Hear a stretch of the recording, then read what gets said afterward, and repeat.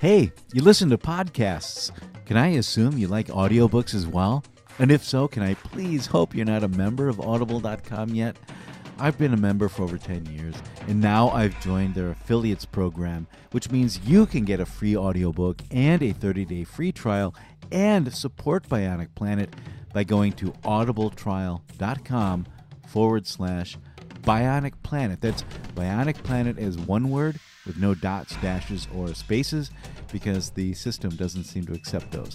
And you can support me by signing up and checking out their services. It might even work if you're a member. I don't think it does, but give it a try. They've got over 180,000 titles for your iPhone, Android, Kindle, or MP3 player.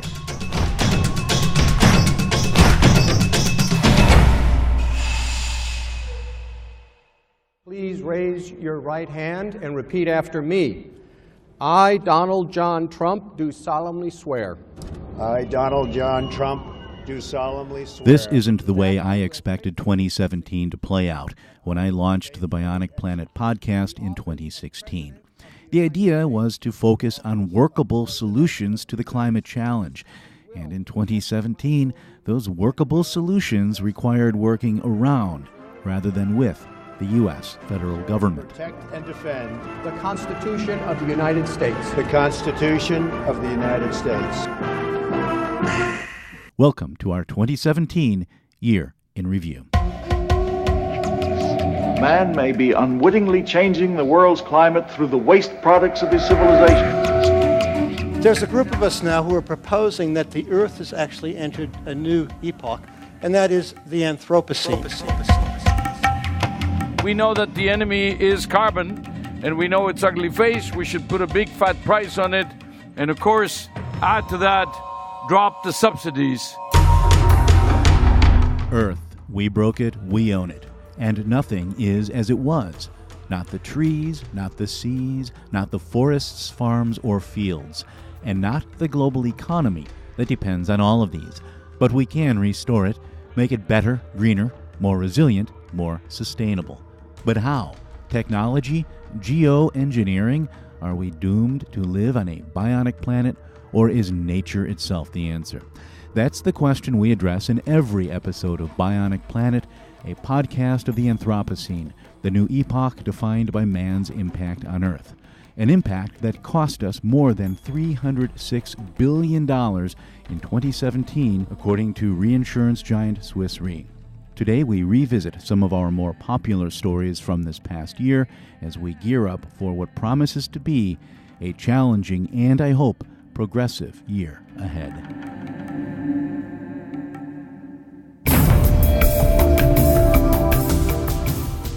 Listening back to the pieces I posted this year, it struck me how many of them were built on history. It's not the way I planned it, but it makes sense given that nothing happening now will make sense if you don't know what led to it.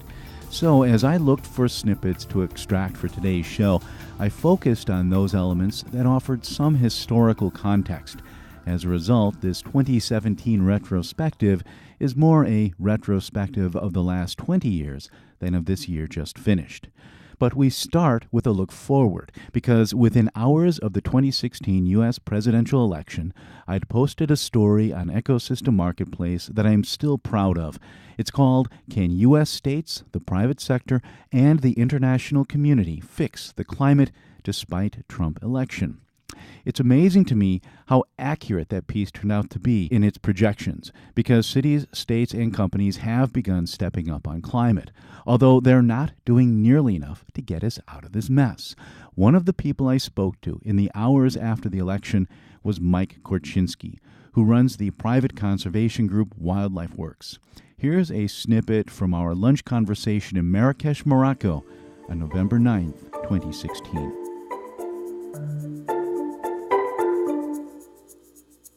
Clearly, the risk is in the fragility of the Paris Agreement participation. The Paris Agreement itself is ratified and will survive this political change, but whether the U.S. will continue to participate in the Paris Agreement is now clearly a question of the day for people at this conference.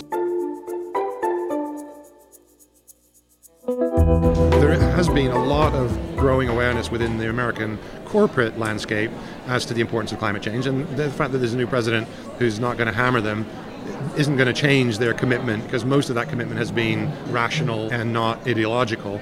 So I think that there's one scenario that says the action goes to the private sector in the U.S., not everywhere else, of course. We're just talking about the rest of the U.S.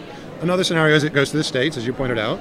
And then the third scenario is it gets clobbered and discouraged, in which case all the innovation that is happening in the U.S. in climate will find a place to employ itself elsewhere.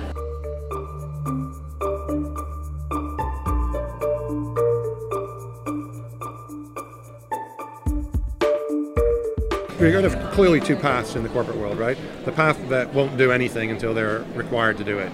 And clearly they just got to get out of jail free pass at the federal level for the next 4 years, right?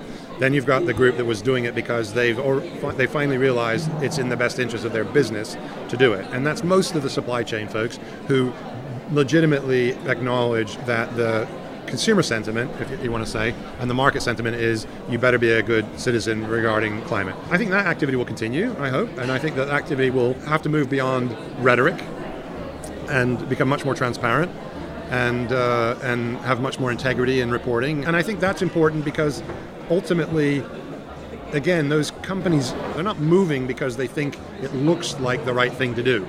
They're moving because they think it is necessary for the future success of their business. And therefore, if they're reporting nonsense, they're hurting their business. And so I think that you take that logic through, they're going to want to fix that, and they're going to want to have a system that they can rely on.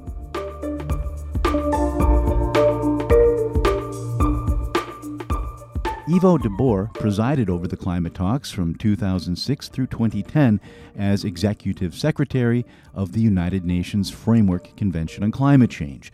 He pointed out that cities and states would step up to at least partially fill the gap left by Washington.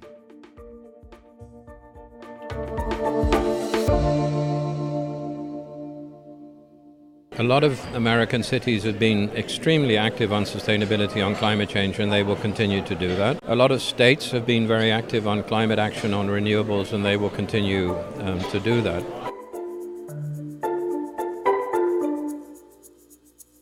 The private sector must be engaged in the climate fight if we're to win it. The question is whether companies are brought in by hook or by crook, by carrot or by stick. Are they dragged in, lured in, or do they lead? When it comes to ending deforestation, a handful of companies like Unilever and Mars and Kellogg's and Marks & Spencer have taken pains to restructure their supply chains. Other companies are following their lead, but others are just paying lip service. Well, the constituents and the private sector operate according to market imperatives. And the situation in many parts of the world is that renewables are already cheaper than coal and fossil fuel technology. Because of the huge advances that we've seen in renewable energy technology and because of the costs that have come down as a result. So the marketplace is shifting almost irrespective of the politics.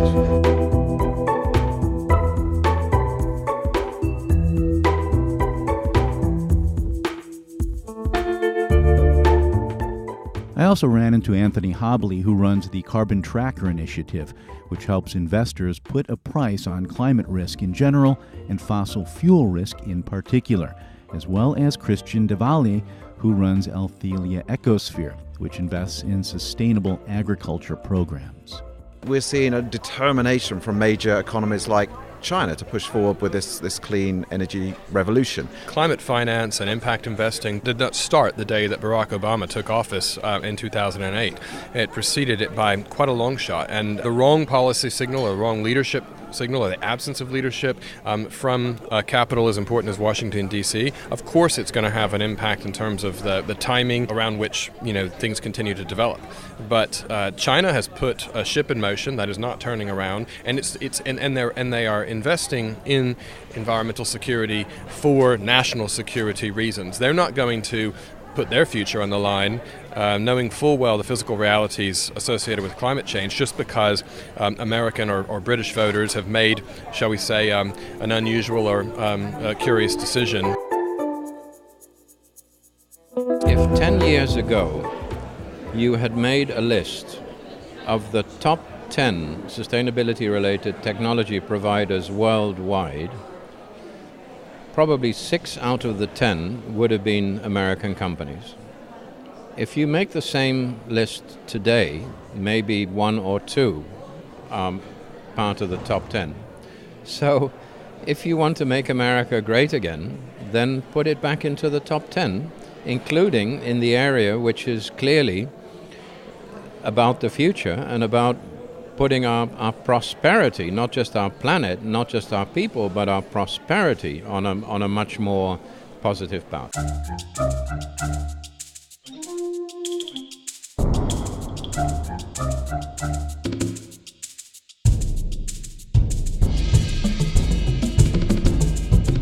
So, the broader U.S. economy has a lot to lose if the Trump administration backslides on climate change. But will the administration pay attention to the broader economy, or will it cuddle up with a few old-school fossil fuel companies? Only time will tell. But there are still 2 more interrelated elements to this mosaic: national security and international relations. We know that climate change is contributing to instability all over the world, to include Arab Spring and the Syrian conflict. We know that climate change is contributing to all kinds of instability all over the world, and it's getting worse. It's getting much worse. That's retired Brigadier General Stephen Cheney, formerly of the United States Marine Corps, now head of the American Security Project. Our own bases and stations here in the United States and several overseas are literally going underwater. So from the military perspective, the senior military folks understand the impact of climate change. And it's not just in the United States. Over 70% of the countries in the world have written climate change into their national security strategies. So just about everybody's on board with this. We just have to make sure we can convince the Trump administration.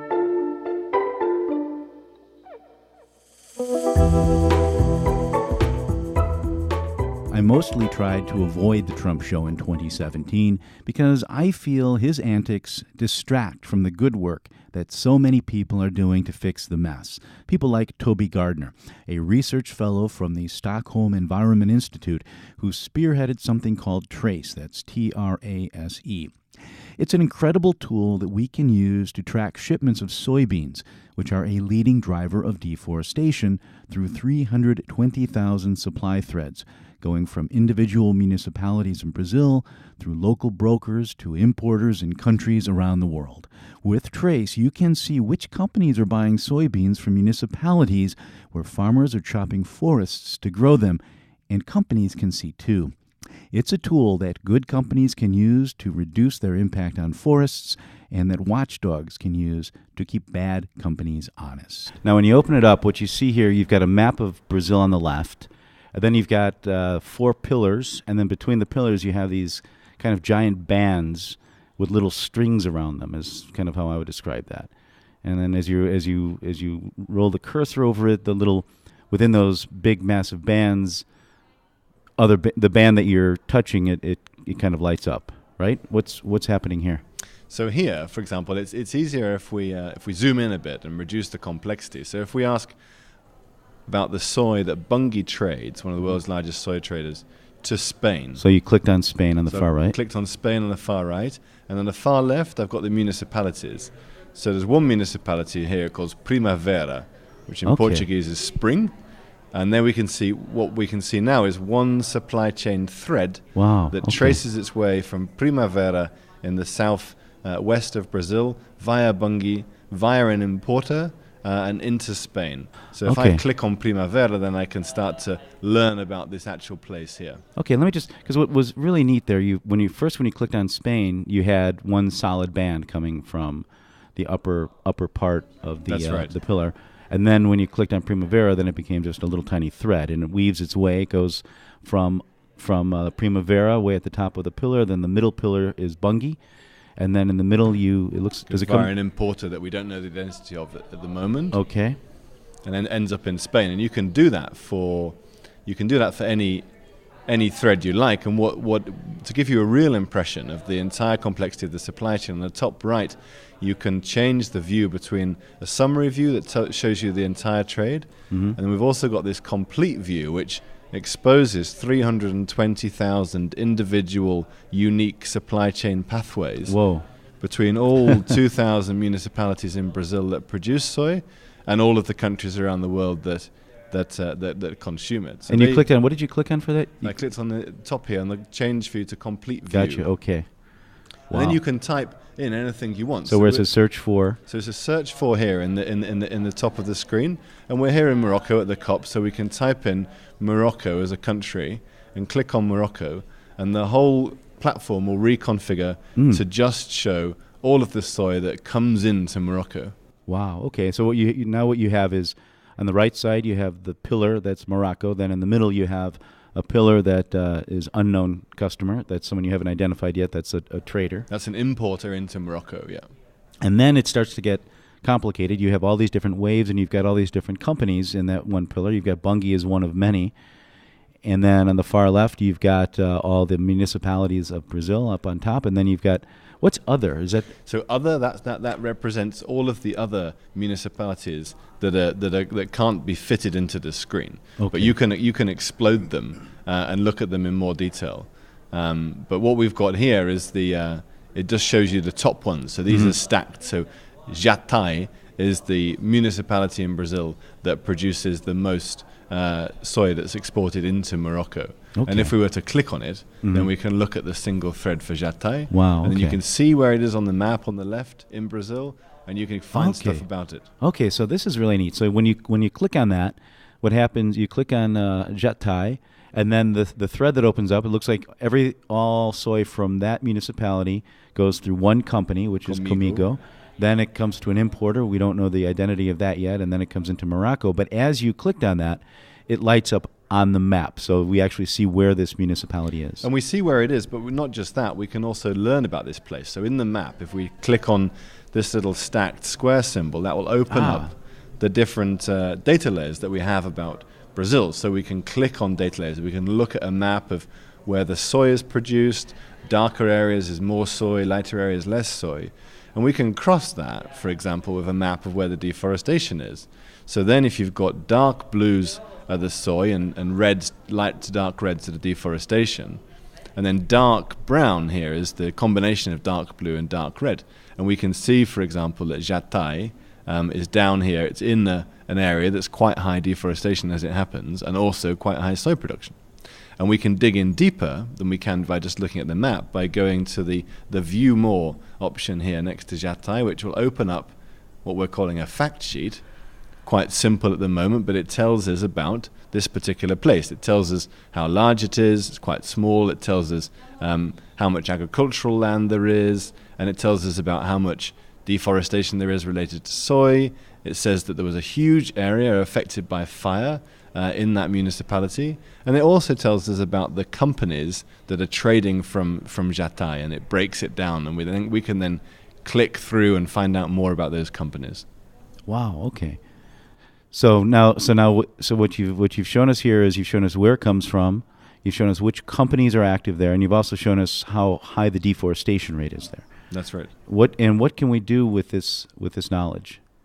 So we can do many things with this knowledge, and one of the things that, depending on who the user is, if you're a company, then you can immediately start to filter the complexity of your supply chain and understand where are the places that you're sourcing soy from, for example, in this case. And if you've made a commitment to clean up your supply chain, then you can use that information to identify the areas that are at greater risk of deforestation and those that are not. And of course, the solution is not for that company to just move to the areas that have no deforestation, because their contribution to solving the problem would then not be evident, but instead to use the information that the platform can provide to identify those places where they can start to invest and help turn the situation around and make a positive impact. And then on the flip side, another very different kind of use would be a watchdog organization, for example, or a campaigning organization that's interested in having a much more bird's eye view of the whole sector, all of the trade in soy. So it can look at across the entire sector who's doing well and who's doing badly, and start to identify those actors who could up their game more and reward those ones that are already doing quite a lot. Later in the year, I caught up to Michael Mathres, who works for a Swiss company called Zaluvida, which developed a product called Mutrol. That's like neutral, but with a mu instead of a nu. That kills off the bad bacteria in the stomachs of cows and other ruminants, which is what we call four-stomached beasts like cows, goats, and sheep.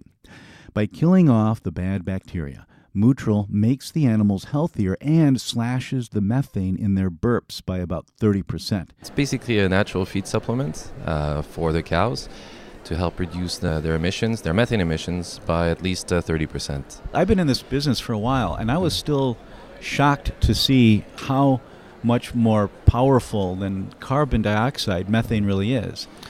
Yeah, absolutely. It's a very little known fact. If you do like for like, so over a 100-year period, see if you compare CO2 to CH4, which is methane, methane is 21 times more powerful. When more powerful, that means the global warming potential of methane is 21 times more powerful than CO2 over a 100-year period. Mm-hmm.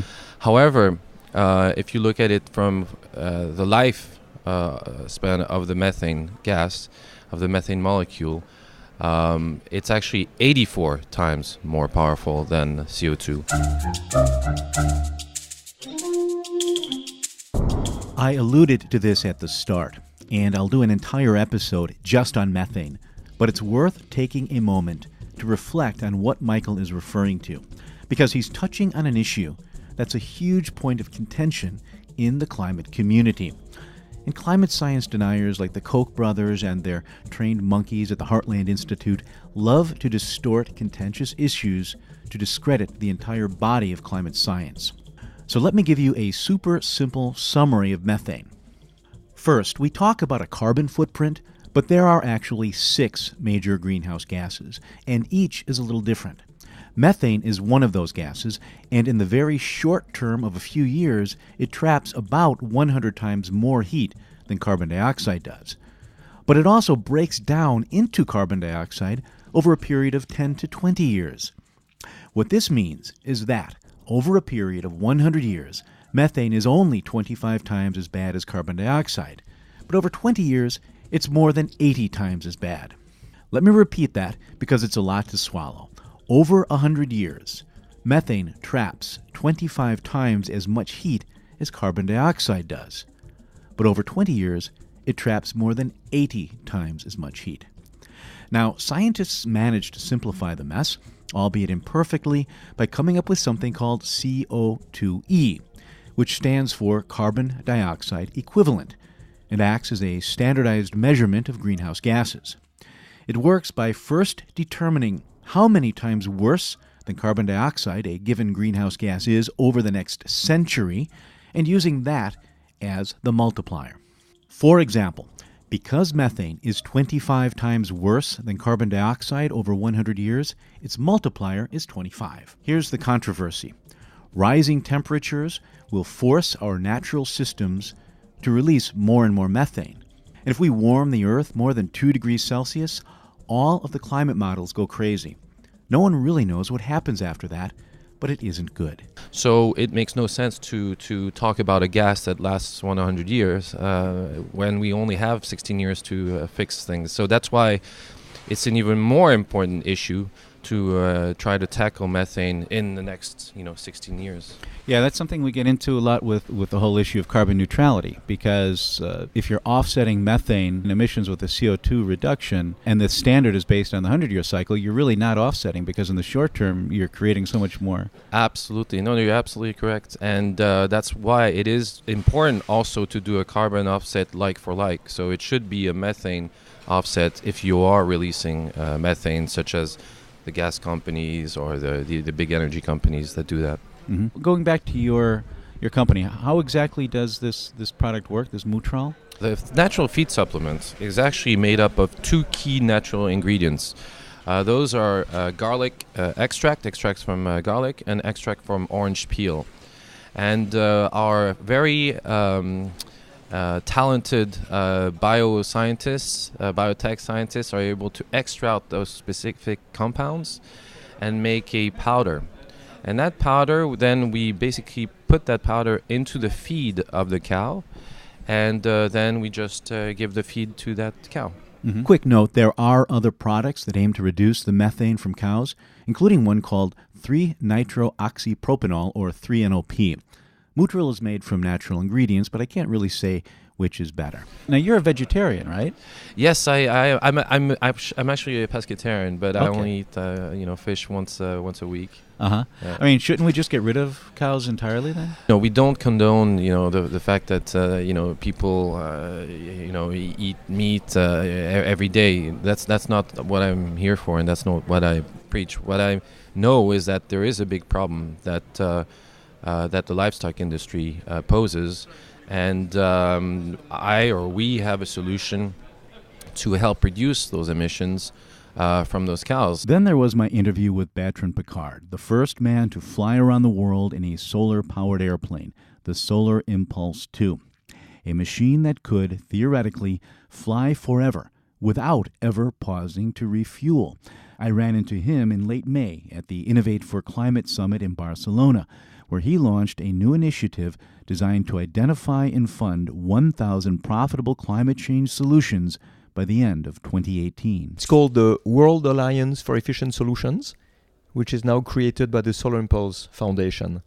And the goal is to bring 1,000 profitable solutions for the environment by the end of 2018.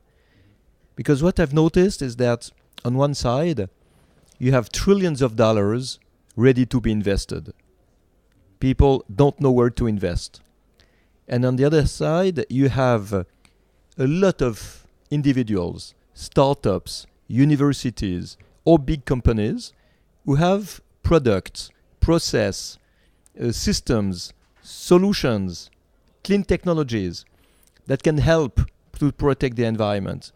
They help to protect the environment, but if they were implemented, they would also create jobs, they would make profit, they would sustain growth. So the goal now of the Solar Impulse Foundation is to bring these two groups of people together. So the Solar Impulse Foundation is like a fire, and in the pot, you have all the solutions, the investors, the media, and by bringing them together, it makes some steam, and the steam will go to the governments who need solutions to reach their environmental targets. We start with 1,000 solutions in a year and a half, which is not too bad because the goal is to reach the people, make an expertise of their solutions. We need to be sure they are reliable, they are credible, they are profitable. And then they come into the list of the 1,000 solutions. And we will bring these 1,000 solutions to the COP24, end of 2018.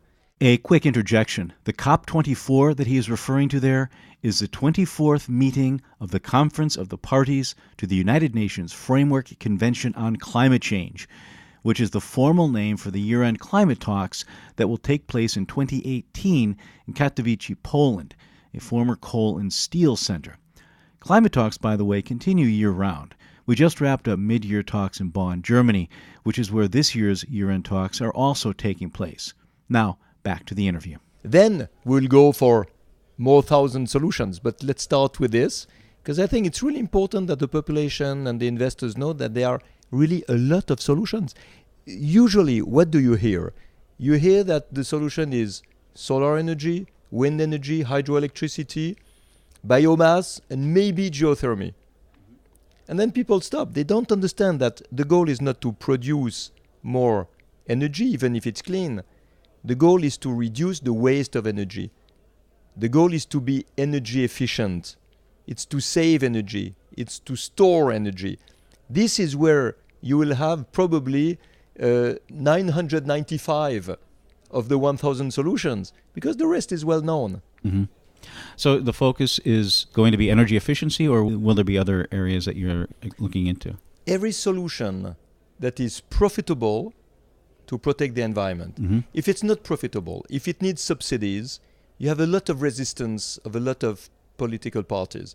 But if it is profitable, it will be a goal, of course, for the industry and for the economy, as well as for the environmentalists and the green parties. Mm-hmm, mm-hmm.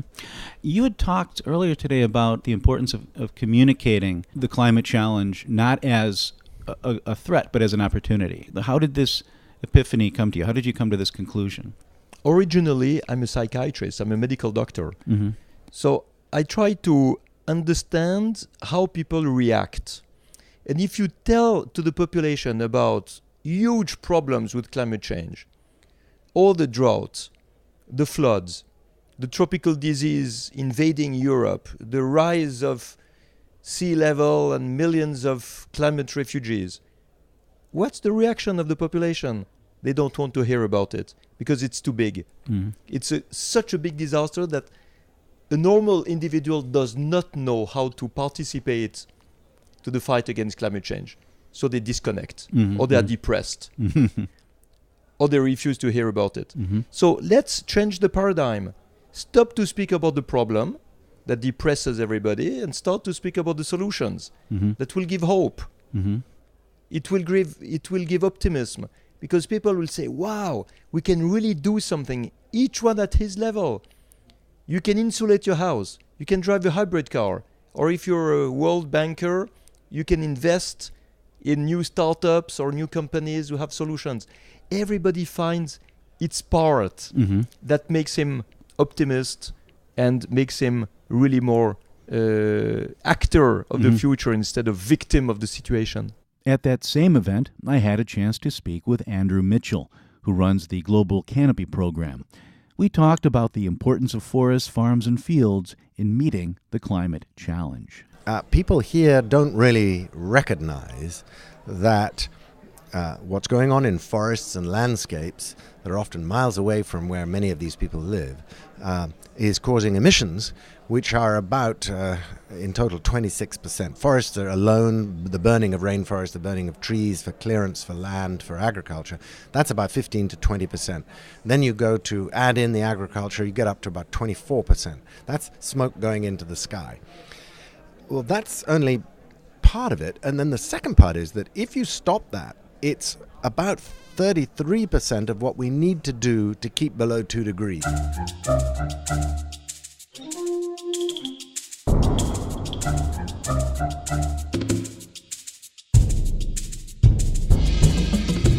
Just to summarize, changes in land use generate about 24 to 26% of all anthropogenic or man-caused greenhouse gas emissions going into the atmosphere. It's a number that changes every year because of droughts and fires and other things. But the key point is this: healthy land systems can absorb more greenhouse gases than they emit. In fact, the forests, farms, and fields of the United States absorb about 15% of the country's industrial emissions. And we'll be doing a whole podcast just on that alone. If you take one thing away from this episode, it's this: if we ended deforestation right now, we'd be 1/3 of the way towards the reductions we need to keep global temperatures from rising 2 degrees Celsius, which is the point at which the climate models start to go haywire and all bets are off.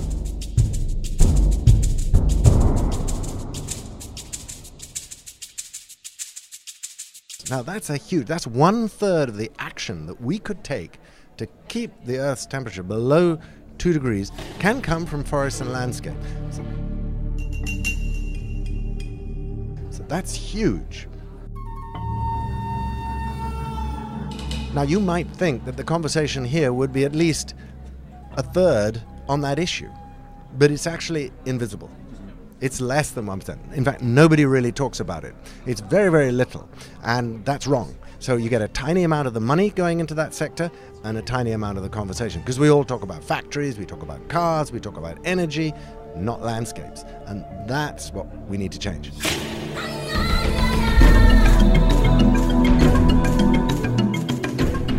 Just to clarify, I'm not against renewable energy and solar technology, and neither is Andrew.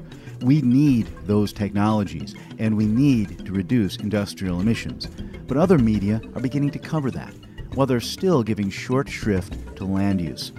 And the thing is this: even if we reduced industrial emissions to zero, our forests, farms, fields, and water bodies, all of the ecosystems that keep us alive, are now destabilized to such a degree that we now live on a managed planet.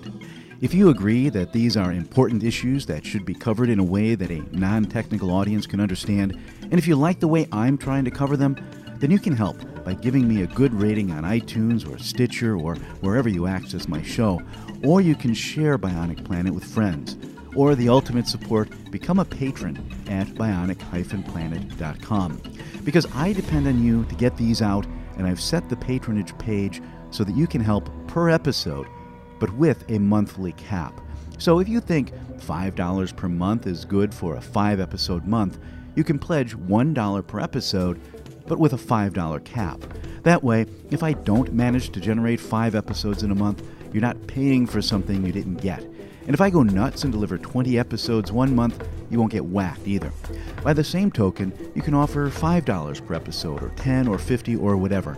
I won't complain. And on that note, I'd like to welcome 2 new patrons, Nicola Church of London and a guy named Stefan who goes by the name Sustainability Doctor. He's been communicating with me since the day I started Bionic Planet early last year. Finally, as you may have noticed, I've changed things a bit this year. I'm aiming to mostly do interview-based episodes for now, but given the complexity of the material, I'll be interjecting occasionally, like I am here, to clarify certain concepts. It's a hybrid between a straight interview and a feature package, although I still think that in-depth, documentary-style features with multiple voices and some story structure are the best way to explain complex issues. Unfortunately, those take a lot of time to construct, more time than I have right now, and they really require a whole team to do right. Until I can afford that, I'm concentrating on generating these simpler, single-issue, single-guest podcasts. Picking up with Andrew, he said that we needed to get money flowing into forests, and we needed to do this by getting conversation going. I then asked him how we do that. Well, it is changing in that people are becoming much more aware because of the issue of the burning of rainforests and the destruction of agricultural land, or by agriculture, is getting much more attention than it used to get. I've been working on these issues for 40 years, and 20 years ago no one was talking about this. But the huge deforestation that occurred in the Amazon, of course, that's got more attention now because of the climate risk that it's causing. But the thing that's really happened just in the last 5 years is that people are realizing that what's driving all this is the food we eat. Mm-hmm. Things like palm oil, soy, which goes into feeding chickens and pigs, particularly in Europe and China, and things like paper and pulp, the beef industry and leather industry making our shoes. A lot of that leather is coming from Brazil. All of these things, cocoa and coffee, these sorts of commodities that we use every day are driving this problem. And the companies who are trading and producing and trading and transporting and selling us those commodities have wised up to the fact that they have a responsibility to deal with deforestation. And that's what's changed, is that we're getting much more attention on it now. We're seeing more attention on the supply chain side from companies, but I still don't see a whole lot of focus on it here at this meeting, which is designed to funnel finance into climate-safe practices. It seems like most of the attention here is still focused on renewable energy and new technologies rather than supporting old technologies that do a very good job of reducing emissions in forests. Is there? Well, funny enough, one of the oldest pieces of technology in climate is a tree. Mm. It's a really good carbon capture and storage mechanism that soaks up about 1 billion tons of CO2 every year for free around the tropics. That's tropical forest. So it's extremely valuable. But people kind of take that for granted. Then you get into, okay, well, how do we invest in landscapes and in agricultural reforms that would turn around the situation which is causing forests to burn? And that gets kind of tricky because you get situations where we don't know who owns the land. Land tenure is a major issue. So who owns the land? You get into issues of, there in many cases, like in palm oil, there are millions of people involved in the palm oil industry, many, many different families. And it's not like you're just going to a factory and turning it on and off. And so it's a more complicated environment. Yet there are billions and billions of dollars that are flowing in these landscapes, often doing the wrong thing because we're producing cattle and beef very inefficiently, where we had a soy system that was causing deforestation. Palm oil has totally transformed the forests of Southeast Asia. And these are products that we use every day. I mean, here we're sitting in Barcelona in Europe during this conference. The European Economic Area is a massive market for these products. So the demand is coming from Europe and places like China and to an extent the US. So figuring out how we can make that demand to be a force for good rather than bad is what's going on now. And because it's taken some time to do that, it's been hard to get investment to flow. Of course, I focused heavily on the investment side, beginning with Noelle-Claire LeCann and Richard Fronapfel, who run impact investment group AlphaSource Advisors and see big opportunities for people who want to make money by helping the world better manage its forests, farms, and fields in the Anthropocene. Impact investments can actually enhance returns and lower risk. So, we want to make sure it's clear that in addition to the impact are market rate returns. Just to add on that, one of the things that's really important to us is that we're in a space we want to be in. Impact space has always been, in our minds, a place that's very collaborative and very inclusive. Not everybody feels that same way. Some people want to think that they have special sauce that needs to be protected. We think there's plenty of room, and what we want to do is kind of prove out a model. A year from now, when people see that there are non-concessionary returns in a fund that's focusing on something that people haven't really dipped their toe in that pool yet, that others will follow behind us and support the entire market and help us have air to breathe in the future and not be underwater. We'll get into your investment areas shortly, but can you tell us what ponds you're fishing in? Who are your investors and how do you pitch them? So in terms of who we're pitching it, we're just building an ecosystem. So, and that's expanding, as we come to events like this. The folks who have the same goal that we have are the ones who are most receptive to the conversation. However, we also have investors who are not particularly impact focused, but they're just in it for the return. So, it's an ever expanding target audience. Especially with institutional investors, it's really about fitting into the mandate that they have. That might not have anything to do with impact, but it might have to do with a woman-run fund, which this happens to be. Or really whatever gets people to the table and gets the needle moving in the right direction is okay with us. And in terms of our pitch, we have acknowledged that the forests, for example, in the DRC, are surrounded by communities that can't afford to protect them on their own. So we feel that if someone doesn't help them and we lose that forest, then we've lost the fight against climate change. So our primary goal is to help those communities to become sustainable so they can protect their own forests, so they don't need folks like us forever. We can give them that boost and at the same time create all sorts of alternative livelihoods so that they don't have to also invade their own forests to produce low-value commodities. And at the same time, we can be protecting the biodiversity within those forests. What Noelle is talking about is so right on, is that to the degree that we can come in and help an entire landscape, that sits, let's say it sits around a REDD+ project, but sits alongside sustainable mining or sustainable timber or, forest agriculture, to the degree that we can make those communities and make those businesses within those communities sustainable, right? That's the difference, right? I can sum up the difference right there, is that no one has to come back a year later and put another $1 million in it. We can come in now and support businesses that are investable and that just need some capital to scale and some time and some support, maybe with technology that we can bring in to help them be more efficient, right? Ag tech, Internet of Things technologies, because we've invested in disruptive technologies in the past because we think it's a huge part of impact investing. And climate smart. And climate smart agriculture. Right? So to us, that's really the whole thing, right? Is that you make these communities, you make these businesses sustainable, and then there's no need for the philanthropic element after that. I also spoke with Genevieve Bennett, who conducted an analysis of environmental finance in Europe. I know the United States gets a bad rap these days, and with good reason. We've elected an imbecile who's in the process of gutting the Environmental Protection Agency, ostensibly to create jobs. I'll concede that Donald Trump's policies, for lack of a better word, might boost profits for some of the coal and cattle companies that support him, but they probably destroy more jobs than they create. That's because profits aren't jobs. In fact, profits are often the opposite of jobs. Companies save money by cutting corners And that often means firing people like the 220,000 people who make up the $25 billion restoration economy in the United States. These are people who earn their money planting trees, restoring rivers, and turning soggy, unproductive farms into wetlands that filter water, purify air, and slow climate change. These jobs exist because companies and even government agencies that damage our environment are legally obligated to make us whole.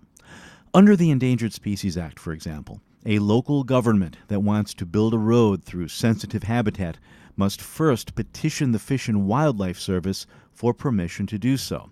If permission is granted, the entity still has to leave the habitat better than it found it. That's led to the creation of so-called conservation banks or mitigation banks, which are usually created by green entrepreneurs who identify marginal land and restore it to a stable state that performs ecosystem services like flood control or water purification. These mitigation bankers make money by selling credits to entities that get permission to break things. I really should do a whole series of podcasts on mitigation banking in the United States. It's a fascinating subject, and the banks have actually led to the creation of healthier, more contiguous ecosystems. But today, we're looking at Europe.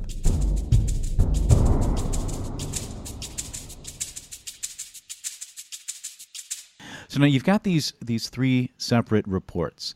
One's on biodiversity, one's on water, one's on carbon. And there's a lot of detail on these, and I'm wondering if you could help us understand the essence of what you found in a way that people who are new to this stuff will understand it. And then I'd encourage listeners to explore them on their own or to check out the stories that we'll be rolling out on Ecosystem Marketplace. And I want to make it very clear to listeners that you're looking at finance, which I've always felt is the most important but underreported aspect of conservation, because bad financial incentives are creating a lot of this mess, and good financial incentives can help fix it. And in each of these reports, you're looking at payments for conservation, and not just whether programs exist to create payments, but how much money is flowing through them, where it's coming from, what it achieves. And in the case that I think exemplifies this is the one that I opened with, Patel. I've written about this myself, and I know a bit, but you had a case study that went into a lot of detail, and I'm wondering if you could kind of explain the essence of this Patel program, how it worked, and what it achieved, and what lessons it gave us. Sure. So the Patel Project is probably one of the best known examples of these investments in natural infrastructure that we talk about in the reports. And it is a project that is located in France. I should note actually that Patel has since become Nestle Waters. But basically back in the early 90s, Patel, which is a mineral water bottler, was dealing with a lot of contamination of their groundwater. Ultimately, it turned out that was coming from agriculture in the catchment, and the risk for the company was that they would no longer be able to label the water as natural mineral water. So what they did, and this was really innovative, was they actually went to the farmers and said, hey, essentially, if you will manage your lands in such a way that fertilizers and pesticides and herbicides are staying out of the groundwater, will pay you. I think these days they pay about €200 per hectare per year to farmers for doing things like, reducing fertilizer application rates or changing the way that they're stocking livestock on the land. And they're also helping farmers with things like buying new farm equipment. They're working with municipalities as well to think about groundwater quality. But it was really sort of an interesting and pretty innovative idea in that I think traditionally the response to water quality issues or water supply issues is an engineering response, right? What new filtration equipment do we need? What new pipes can we put in or things like that? And so here they were actually kind of trying to tackle the problem at its source. What I love about this program is that you can visually see it, and you had some nice illustrations in there. I think it's very clear and it's easy to understand that the people who get the water are paying to make sure the water is clean. And it also helps to illustrate this concept of green infrastructure that you talk about a lot in the report. Do you have a way of defining, when you talk about green infrastructure, I use that word a lot, and I think I know what it means, but I don't know that I actually have a clear definition of it. Do you have one? Can you? Yeah, I mean, when we talk about green infrastructure, we're talking about the natural systems that perform functions for us that we kind of normally associate with engineered infrastructure. So if you think about how a forest filters out pollution, or how a wetland helps to recharge an aquifer, or a coastal wetland can help absorb storm surges. That's what we mean when we talk about green infrastructure, how our natural systems kind of performing these functions for us that we have traditionally, really tried to pursue with built solutions. And I do want to note also, it's not a question of green infrastructure versus gray infrastructure. I think you're probably much better off looking at a combination of the two. How can you use green infrastructure to help preserve the life of your reservoir or save you some money in infiltration? Then I caught up to Brian Schaap of Forest Trends and Brianna Lujan of EDF. They looked at existing efforts to slow deforestation in Indonesia and Brazil, and they showed how better coordination could make them more effective. Brazil and Indonesia in many ways are the most important tropical forest countries globally. They hold the largest area of tropical forest together. So the fate of the world's forests really depend to a large extent on what these two countries do. And just a stat, in 2014, Brazil and Indonesia collectively accounted for 38% of tropical deforestation. Which is a huge portion. Yeah, so almost 4/10 of the whole world's deforestation were in those two countries. And as you mentioned, commodity agriculture is a huge force for deforestation in each country. So because we wanted to look at what private sector companies were doing related to addressing deforestation, these two countries also made sense because beef and soy in Brazil are huge drivers of deforestation, and in Indonesia it's palm oil and pulp and paper.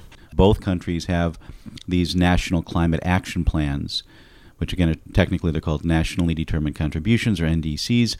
Does one of you want to explain what an NDC is? Sure. It's basically countries that were signed on to the Paris Agreement, known as parties, submitted these official climate action plans. So basically they are the countries' intentions to combat climate change or address climate change, and they encapsulate different things, right? So we focus specifically on the portions of the NDCs, or Nationally Determined Contributions, that touched on the land sector and the forestry sector. Mm-hmm. And it's a really wonky term, but it's sort of part of the parlance of the UN Framework Convention on Climate Change, and that was the term that was decided by all the global negotiators.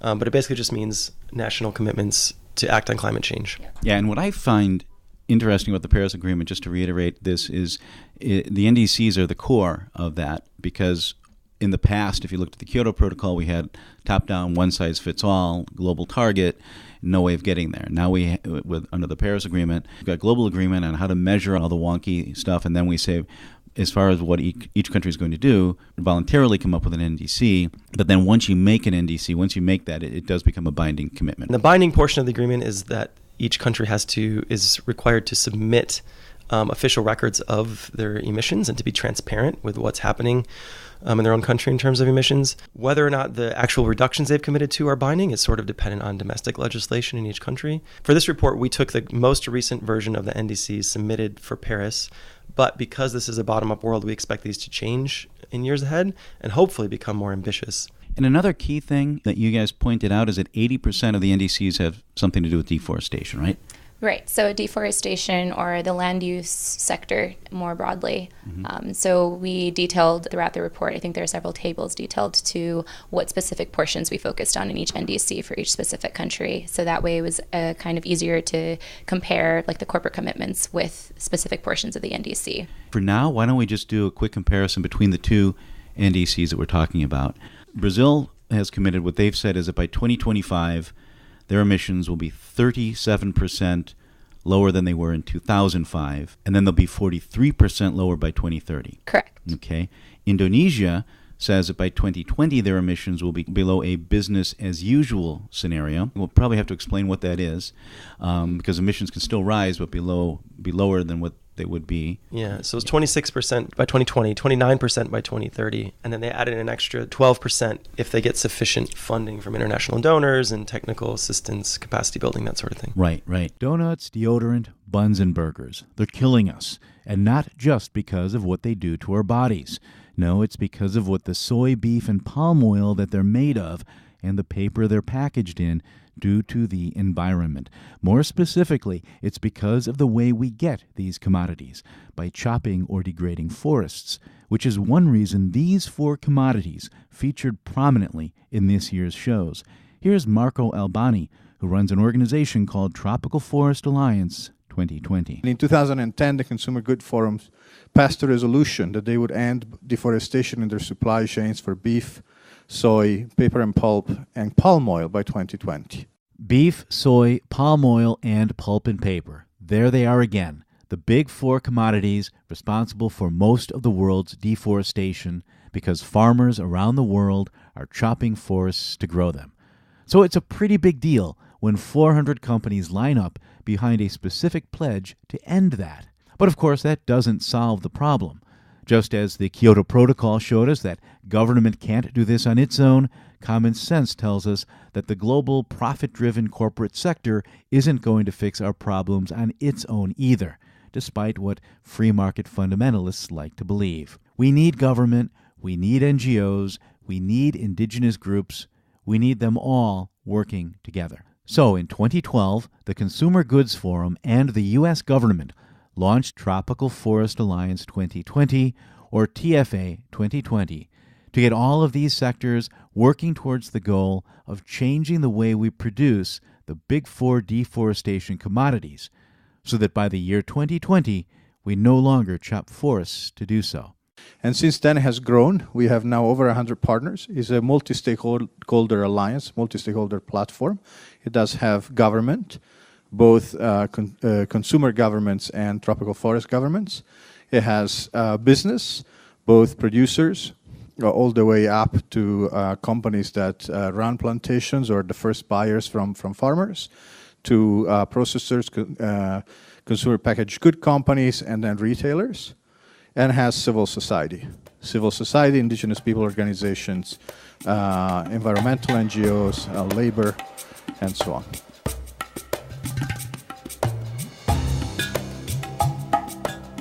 So, where are we now? You've got the Consumer Goods Forum representing business, and you've got Tropical Forest Alliance 2020, or TFA 2020, representing all of these diverse interests. Then, in 2014, as climate negotiators are gearing up for the Lima climate talks, things get serious.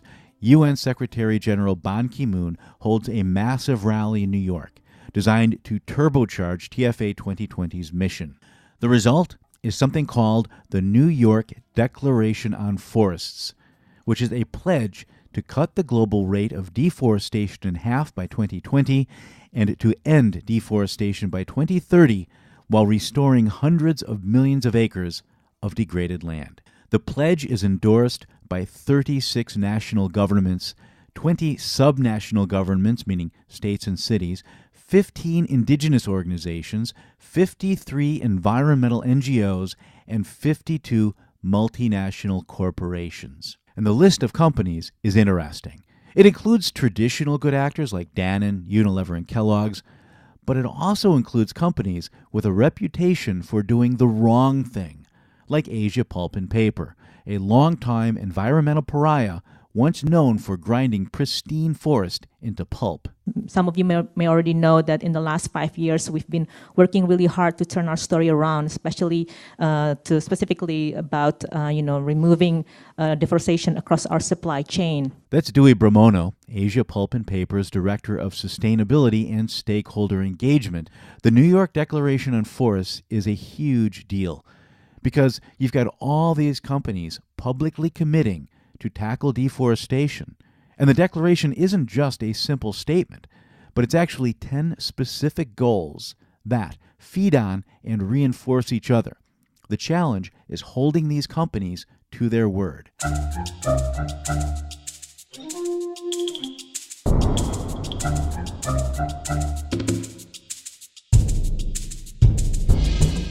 Now we come to 2015. You've got these two global networks and this very public commitment. How do you turn this into action? In part by getting everyone on the same page. So the governments of the UK and Norway ramped up funding for TFA 2020, and the World Economic Forum essentially adopted it, giving it a place to live in Switzerland. That same year, the organization that I work for, Forest Trends, launched the Supply Change Initiative. That's supply-change.org, to track not just corporate commitments, but the progress that companies report towards achieving their commitments. Now we come to last year, 2016. You've got all of these commitments and all of this transparency, and TFA 2020 needs to pull it all together so that we can see how far we are from the goal. They asked a dozen leading NGOs to help out, and they put a research-oriented group called Climate Focus in charge. Then, at last year's climate talks in Marrakesh, they published two reports. One focused on progress towards all 10 of the goals outlined in the New York Declaration on Forests, and one focused exclusively on goal number 2, which is the one that says that by 2020, we will no longer be chopping forests to produce the big four deforestation commodities.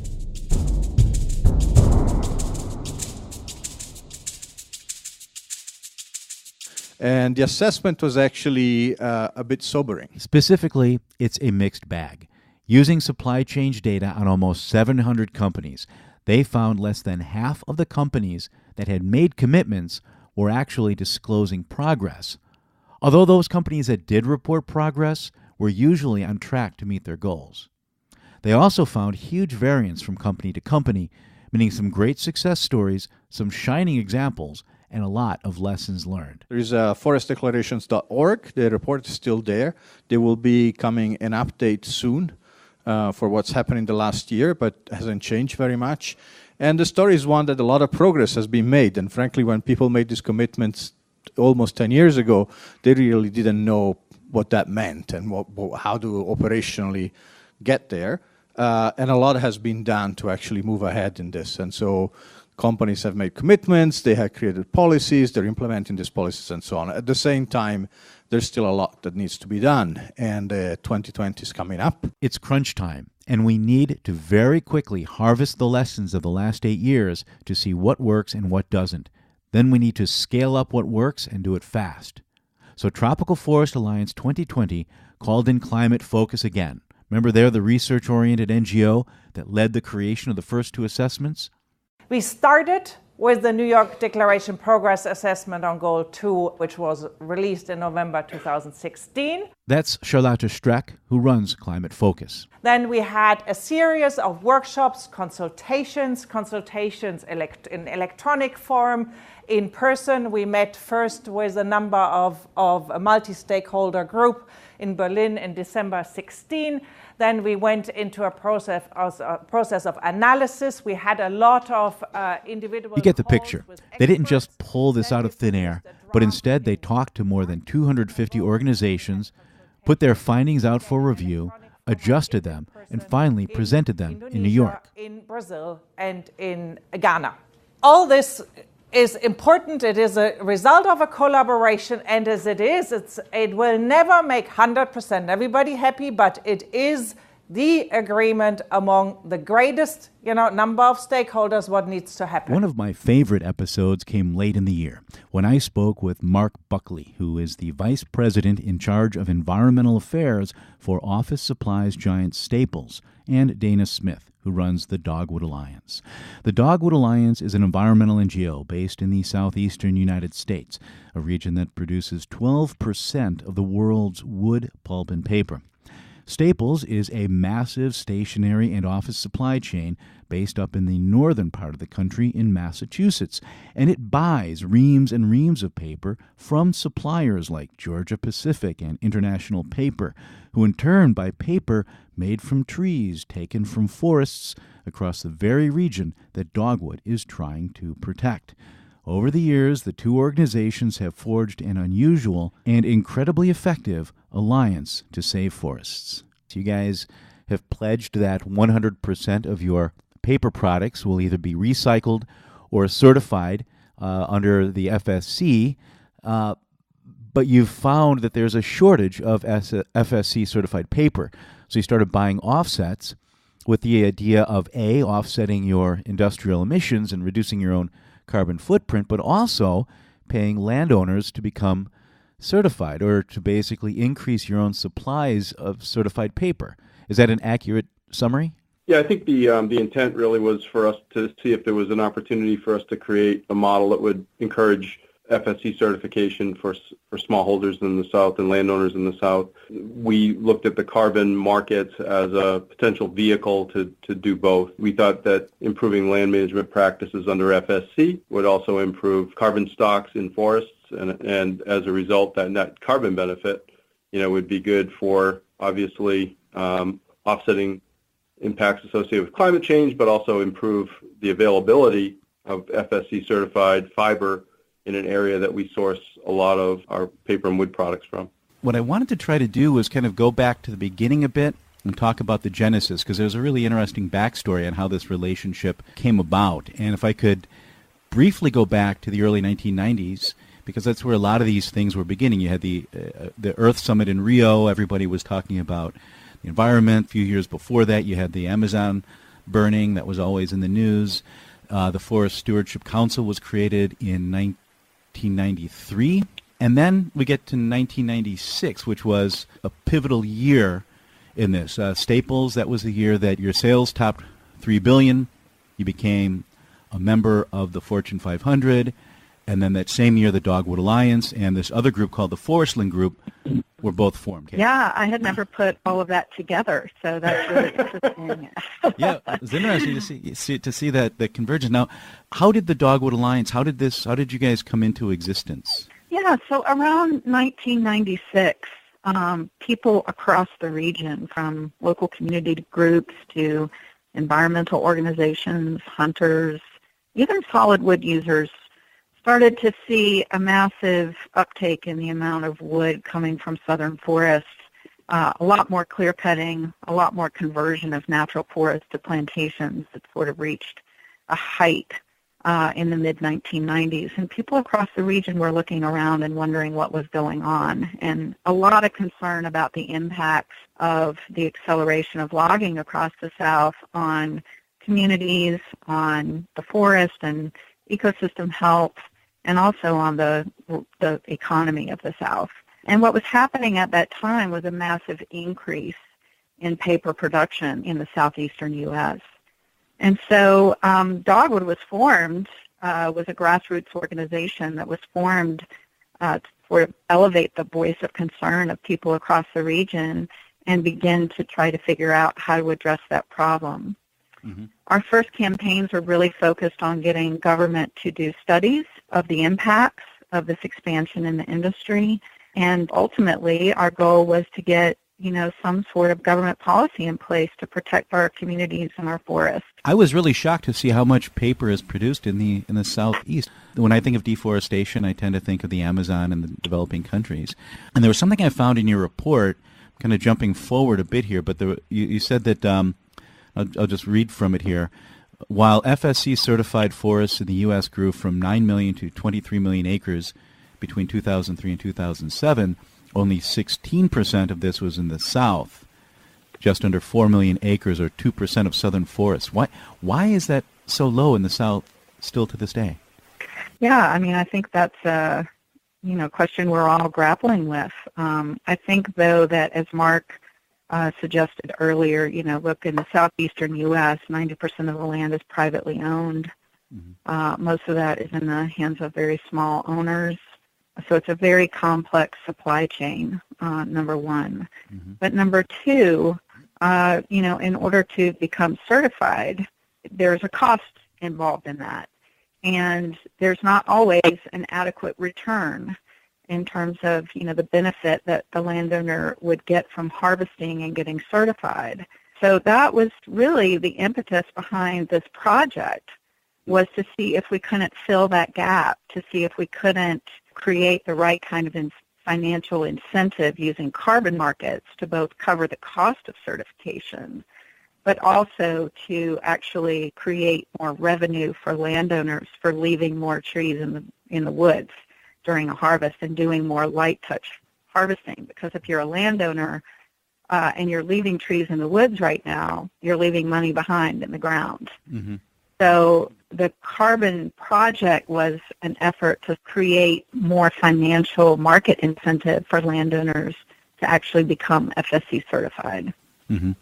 Yeah, and it is interesting to see the costs involved in getting certified under FSC, and then the whole carbon accounting process is also really expensive, and we'll get to that in a bit. Mark, you were working with Staples back then, but you weren't on the environmental side? I mean, yeah. So I've been with Staples since 1990, so nearly 28 years. And so for the first 12 years, I headed up our facilities and procurement groups here at Staples. But I have a background in biology and environmental science, and this is a dream job for me to move into this role, stay with a company that I love. 15 years ago, an opportunity to take this role on. The galvanizing moment for Staples, certainly around our relationship directly to forests, came as a result of engagement and campaign, that Dogwood had against Staples back in, 2001, 2002. And, I think to our credit, as a company, initially we were a little bit taken back. We weren't quite sure what this was all about. And then, I met with Danna and others and started to develop a better understanding of the impacts of our supply chain. And I think really started to understand, at that time there were a couple of other certification schemes that were starting to gain steam, but also really understood a bit more about the credibility and the rigor associated with Forest Stewardship Council certification. And it was really at that point in time that we committed to try to bring more certified fiber into our supply chain and really understand the dynamics of that. And Danna has been a really wonderful partner in Dogwood since those days, because she's intimately connected to the landowner base in the South and understands the dynamics certainly better than we did. So it was a really great collaborative effort to really start developing that understanding, at least initially. This is before this project took off, and that really helped us build the first paper procurement policy in the industry in 2002. And at that point in time, committed us to start to move toward a more certified fiber base. And I would say from our perspective, our first sort of effort at trying to address the issues in the South was focused on getting the government to do assessments and trying to get some government policy in place. And we were very successful at getting a lot of state studies, and even were instrumental in leveraging the first ever federal study on forest sustainability across the South, which was the Southern Forest Resource Assessment, published in 2000. And even though all these studies were sort of coming out saying, how much forest acres had been lost to plantations, how much logging was going on, what the growth to removal ratios looked like on industrial lands, and painted a pretty, clear picture that there were some real sustainability issues in the U.S. South. The government was not really willing to take that to the next level and adopt meaningful policy. And we recognized what a political uphill battle we were facing in the world's largest wood-producing region to get regulation, especially on private lands. So we took a step back and we said, well, at the time, there had been campaigns that had been run that had focused on the Home Depot, getting them to make commitments to stop purchasing from old-growth forests in Canada. And we thought, well, maybe we could take that kind of approach. Let's look at what the customer base looks like on the part of the big paper companies, and see if there are companies out there that we think we could push to become leaders in the marketplace on southern forest issues. And Staples emerged. I have to give Mark a lot of credit, too, here, because we had over 600 protests out in front of Staples stores over the course of just a couple of years.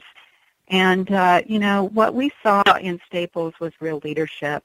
At first, yes, there was some, I think confusion about, why are you targeting us? We don't really log forests, and also a little pushback. But over the course of our relationship, we really saw a company who started to really hear the concerns that we were raising and really started to try to figure out what a solution could look like for them and for us. And over the course of the years since Staples has adopted the policy and we ended the campaign and we gave them public support, Staples has been one of the most important allies in this work to change the way that forests are managed in the southeastern U.S. in terms of in the corporate sector.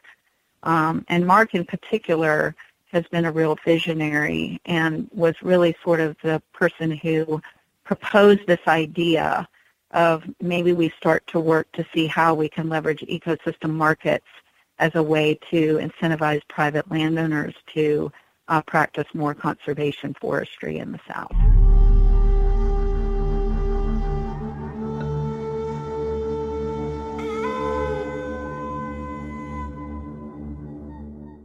While we're talking about the Carolinas and deforestation, I wanted to share something with you.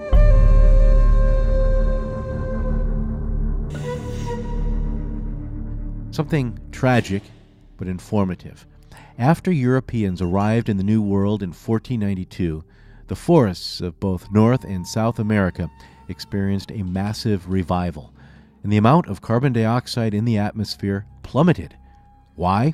Because of guns, germs, and steel, as Jared Diamond put it in his book of that same name. More specifically, because Europeans killed Native Americans by the millions through a combination of slaughter and diseases like smallpox, against which the native population had no immunity. I actually learned about the impact on forests in an audiobook called 1493, Uncovering the New World Columbus Created by Charles C. Mann, which I got through audible.com. Mann has another book, too, called 1491, New Revelations of the Americas Before Columbus. I mentioned at the start of today's show that I joined the audible.com affiliates program, which means you can get a free audiobook download and support me at the same time with a free 30-day trial by going to audibletrial.com/Bionic Planet.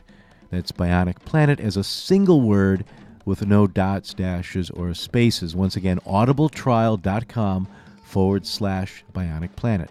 If that's not your bag, you can also support Bionic Planet directly by giving me a good 5-star rating on iTunes or wherever you subscribe, or by becoming a patron at bionic-planet.com.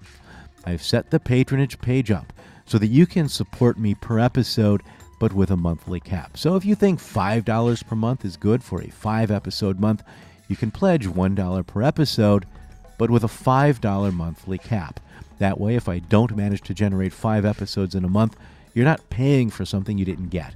And if I go nuts and deliver 20 episodes one month, you won't get whacked either. By the same token, you can offer $5 per episode or 10 or 50. I won't complain. Finally, we closed out with a history of the Biocarbon Fund and the Forest Carbon Partnership Facility, 2 financing mechanisms set up through the World Bank. One of the people I spoke to was Bahroudi, who oversees both funds. Before jumping into my conversation with Ellie, let me take you back to 2004. The Kyoto Protocol was set to begin in 2005, and it was an agreement within the United Nations Framework Convention on Climate Change. Its main financing vehicle was something called the Clean Development Mechanism, or CDM, which made it possible for companies in rich countries to reduce their carbon footprints by paying for wind farms or solar energy projects in poor countries. CDM projects could also generate offsets by restoring forests, which absorb massive amounts of carbon dioxide. But the issue of using forests to offset industrial emissions was a contentious one. So offsets generated through afforestation-reforestation, which is the technical term for planting or restoring forests, would expire after a few years. As a result, very few companies were buying them. But even beyond forest offsets, the CDM was something completely new, and countries asked the World Bank to help them test it so that they could better understand what works and what doesn't. In 2004, a number of governments asked the bank, not just for land use, but all sectors, energy, transport. This is a new area, it's a high-risk area, we don't know how these mechanisms work, can you help us pilot?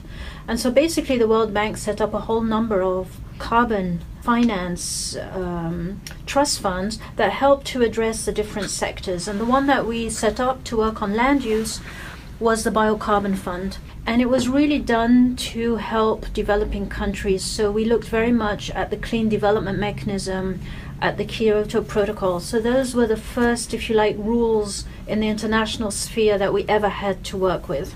But in the land use negotiations, we were very limited by what we could do, and the rules under the Clean Development Mechanism only allowed for reforestation and afforestation. So we ended up with a fund that really looked at addressing a very specific piece of land use rehabilitation, if you like.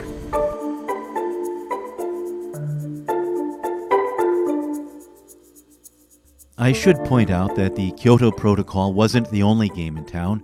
Environmental NGOs and green companies had been experimenting with land use offsets since the late 1980s, and by 2004, the science of carbon accounting was pretty solid. The problem then, as now, was something called leakage, which is what happens if you save a patch of forest in one part of a country, but then the person you stop goes down the road and chops a different part of the forest. There are plenty of solutions to that, and it often depends on who is chopping the forest. If the deforestation is coming from subsistence farming moving into the forest and you reduce it by helping them manage their land more sustainably, then there is no leakage because they don't go chopping someplace else. But if the deforestation is coming from giant palm oil companies, then the only way to really deal with leakage is to make sure you're accounting for all emissions from a country's forests, farms, and fields.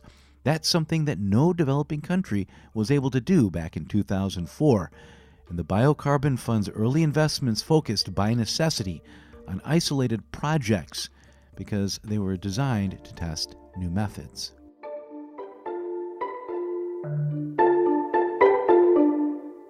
They were small.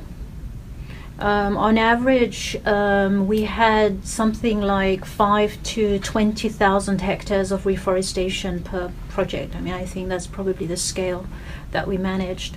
And across a portfolio of activities, it still didn't add up to a huge amount. But it was extremely valuable in helping us understand a few things.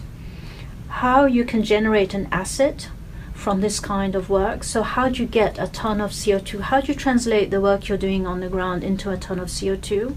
What makes these projects function? What hinders them? And there we also learned that you can't really address climate only through reforestation.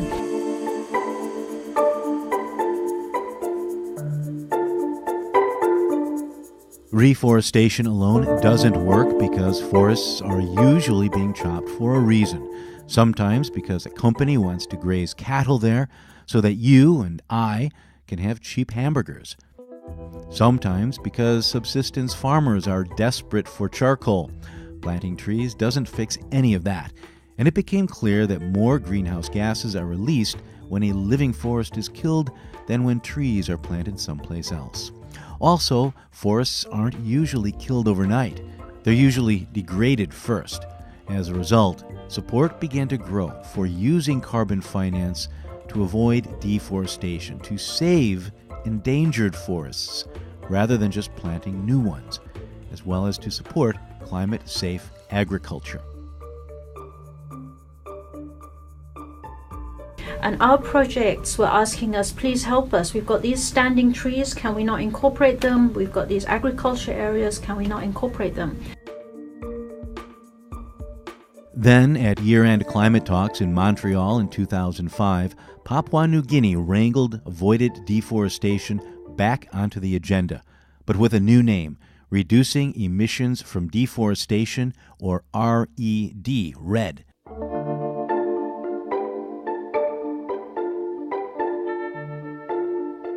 The focus wasn't just planting trees, but actively slowing deforestation.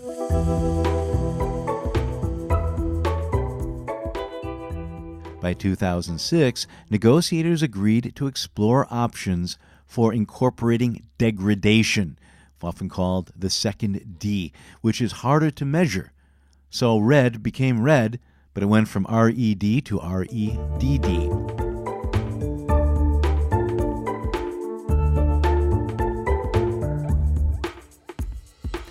And then climate-safe agriculture got woven into the mix, and that became the plus in RED+. At the time, however, the only experimentation on RED+ was happening in voluntary markets, which focused on site-specific projects. To establish rules for developing RED+ under the United Nations, countries needed to test it at a larger scale. We were asked, can we start thinking about this? And obviously it wasn't just us. In parallel, the forest countries were concerned, and you mentioned they brought this up right in Montreal. Mm-hmm. And basically, collectively, the world recognized that deforestation was a significant issue and something needed to be done. And in the same vein, the bank set up the Forest Carbon Partnership Facility to work on piloting what it would mean. I think we were different to the VCS and the CDM because we went for a much larger scale. So one of the things we learned was if we stay doing things at a small scale, it won't have an impact on climate, and it won't have the same impact if we do it well on communities and livelihoods. And we really need to make a difference to climate, but in an environmentally and socially friendly way. So that meant we recognized the need for scale, and a lot of people recognized it at the same time. So I think one of the difficulties for a lot of project developers were understanding, the shift in mindset from project to subnational or national. And we haven't gone to national yet, Steve. We're really mainly in the subnational, and that's challenging enough because the scale is still pretty large. But we can touch on that separately. But so I think that took us into a different category of type of work, which meant that there was nothing around us that we could fit into. So that meant, how do you do things differently? And we really sat down and thought, well, we can't do it on our own. It's never going to work. The scale is too big. The issues are contentious. We're being accused of things because people just don't really know what's happening. So let's make sure that we have this very open platform and have the discussions.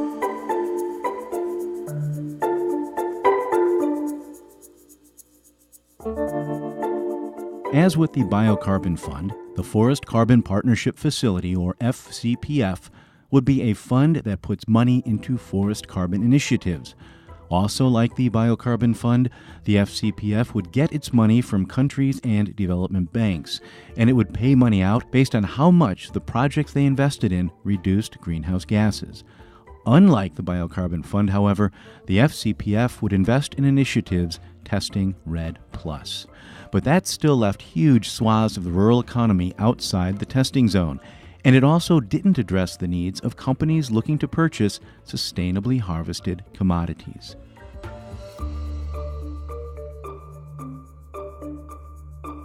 And then more recently, we did set up one more fund, which is the Initiative for Sustainable Forest Landscapes. And it's part of the Biocarbon Fund family.